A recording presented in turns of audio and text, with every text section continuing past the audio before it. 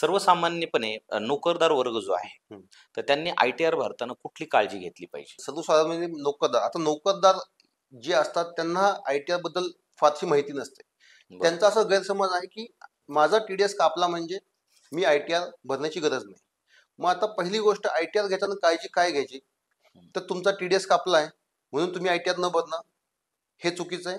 त्यामुळे तुम्ही आय-टी-आर पहिला भरणं गरजेचं आहे आणि स्वतःहून आय-टी-आर दाखल करणे याची जी शक्यता आहे ती कमी असायला पाहिजे. कारण हं. तुम्ही स्वतः जर आय-टी-आर भरला तर त्याच्यामध्ये चुका होण्याचे जास्त चान्सेस असतात. बरोबर. त्याच्यामुळे तुम्हाला टी-डी-एस तुमचा कापलाय का? अजून तुमचं इतर उत्पन्न कुठलं आहे का?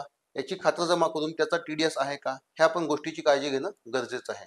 ती काळजी तुम्हाला पगारदार म्हणून करणं गरजेचं, कारण त्या केसमध्ये काय होतं, की तुम्ही फक्त पगाराचंच उत्पन्न पकडलं जातं, बाकीचं उत्पन्न तुम्हाला माहीत नसतं हं. आणि त्यावर तुम्हाला टॅक्स भरायची वेळ येते. मग तुम्हाला असं वाटतं, की माझा टॅक्स तर ऑलरेडी पे केलेला आहे, तर त्या केसमध्ये मला एक्स्ट्रा टॅक्स कसा काय बसतो? तर तसं नसतं.